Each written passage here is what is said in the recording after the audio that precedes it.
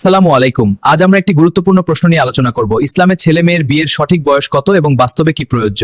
প্রথমেই স্পষ্ট করি, ইসলামে বিয়ের জন্য নির্দিষ্ট বয়স নেই। প্রধান বিষয় হলো ছেলেমেয়েরা শারীরিক ও মানসিকভাবে বিবাহের জন্য প্রস্তুত কিনা।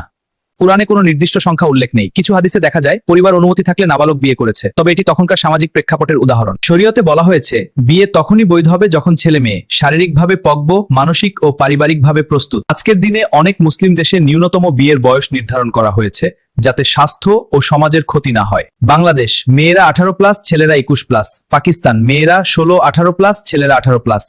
সৌদি আরব নির্দিষ্ট বয়স নেই, তবে সরকার অনুমোদন প্রয়োজন। এই আইন মেনে চলা নিরাপদ এবং সঠিক বিবাহ নিশ্চিত করে। কুরআন বা হাদিসে নির্দিষ্ট সংখ্যা নেই, তবে আধুনিক মানদণ্ড অনুযায়ী 18-21 বছর নিরাপদ এবং দায়িত্বপূর্ণ। সুতরাং ব্যবহারিক দিক থেকে বলা যায় ছেলেমেয়েরা মানসিক ও শারীরিকভাবে প্রস্তুত হওয়া উচিত।